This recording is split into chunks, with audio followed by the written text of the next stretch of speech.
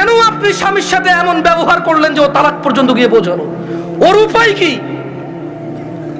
ওই বেচারার উপায় কি? ধরলামও খারাপ, ওর চেয়ে নিকৃষ্ট পুরুষ আর এই পৃথিবীতে আমি ধরে নিলাম। আপনি যদি ওর সাথে এমন ব্যবহার করেন যে ও তালাক দেওয়া ছাড়া রেখে উপায় নাই, একটা ঘরে আগুন লেগে গেছে, বের হবে না মানুষ? মানুষ বের হবে না?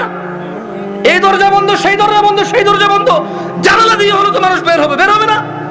তা আপনি এমন এক সংসারের মধ্যে কেরেঙ্গাল লাগাই দিয়েছেন, কিচ্ছা কাহিনী লাগাই দিয়েছেন, এমন এক অশান্তি লাগাই দিয়েছেন, ও তালাক ছাড়া বেরোতে পারছে না এখান থেকে।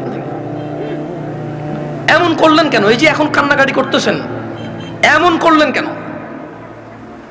এই যে বলতেছেন আমি এখন ধৈর্য ধরবো, আমি আর মুখে মুখে বলবো না, আমি আর ওর অপছন্দ হয় ওর বাবা মায়ের সাথে খোটাখুটি করলে এখন আর করবো না, আমি আগে কেন ভাবেন নাই? আমি আমার বন্ধুদেরকে বলবো, তোমার স্বামী আছে, ওকে গুরুত্ব দাও।